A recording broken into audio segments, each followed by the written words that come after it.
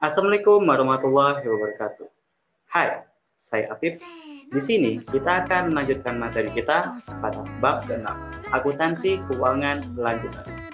Pada bab ke-6, berkaitan dengan penyusunan laporan keuangan konsolidasian setelah periode akuisisi, di mana terdapat transaksi yang berkaitan dengan aset tetap. Di bab 5, terdapat transaksi yang berkaitan dengan persediaan, penjualan persediaan, dan penjualan atau pembelian jasa. Pembagiannya transaksi hulu dan hilir. Maka pembagian berikutnya adalah aset tetap. Ini terdapat dua jenis, yaitu aset tetap yang mengalami penyusutan dan aset tetap yang tidak mengalami penyusutan. Langsung saja, transaksi antar entitas induk dan entitas anak dalam kaitannya dengan penjualan aset tetap untuk aset tetap yang tidak disusutkan. Pencatatan yang akan dilakukan baik perusahaan induk maupun perusahaan anak.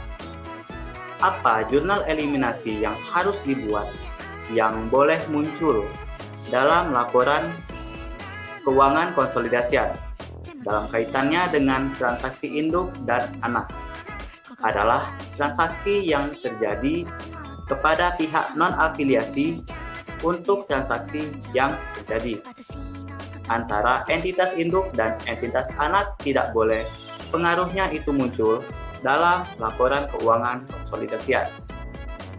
Dua perusahaan yang telah bergabung menjadi satu entitas yang bersatu atau menjadi satu kesatuan usaha, maka antara mereka akan menjadi transaksi-transaksi baik hulu maupun hilir adalah salah satunya transaksi dalam hal penjualan aset tetap. Dampak terhadap pencatatan entitas induk dan jurnal eliminasi. Perusahaan induk ketika dia menjual aset tetap kepada perusahaan anak, maka disebut disposal aset tetap atau penghentian aset tetap. Penghentian aset tetap bisa itu dijual. Aset tetap itu diberhentikan penggunaannya. Aset tetap itu dihentikan karena ditukar, artinya aset itu diserahkan kepada pihak lain. Maka di pencatatan kita atau pembukuan kita, aset tetap itu dihapuskan. Perusahaan anak yang membeli aset tetap dari perusahaan induk, maka dia disebut memperoleh aset tetap. Transaksi penjualan aset tetap yang dilakukan oleh perusahaan induk kepada perusahaan anak, ataupun sebaliknya.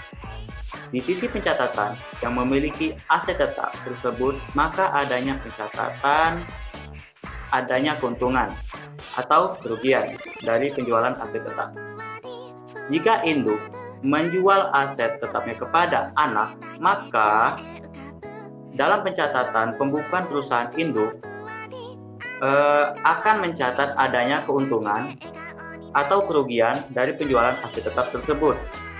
Untuk menentukan keuntungan atau kerugian dari penjualan aset tetap ini berbeda dengan persediaan.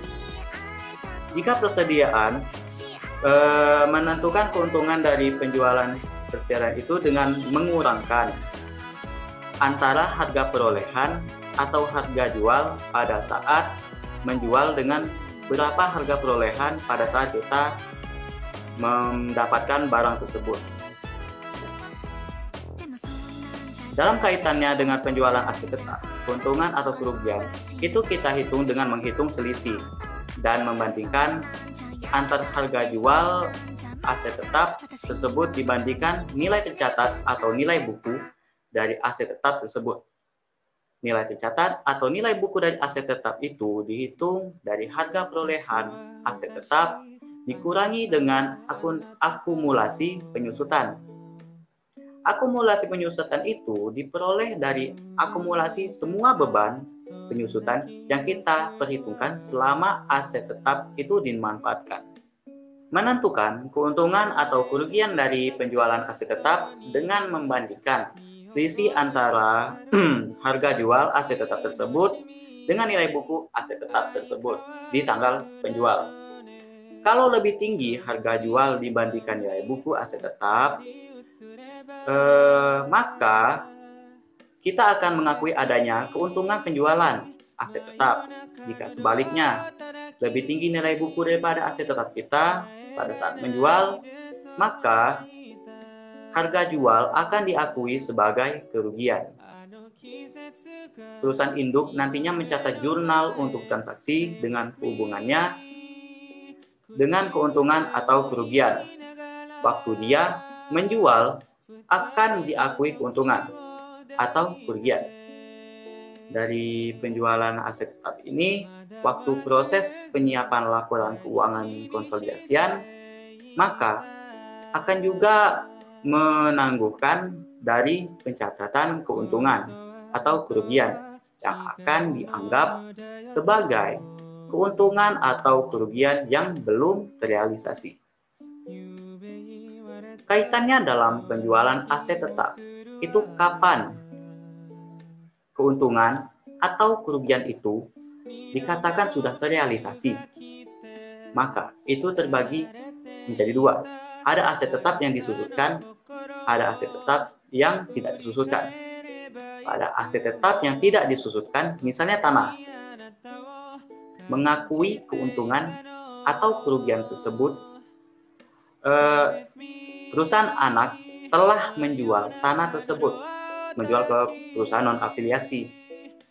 Untuk aset tetap yang disusutkan, misalnya itu dijualnya peralatan seperti mesin atau bangunan, maka keuntungan atau kerugian itu dikatakan terrealisasi sejalan dengan pemanfaatan aset.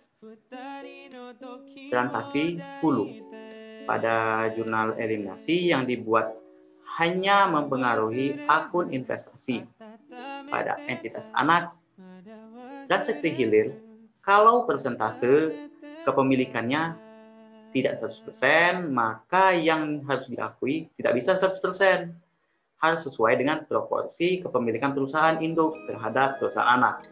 Misalnya, perusahaan induk menguasai suatu perusahaan anak itu hanya 80% nih.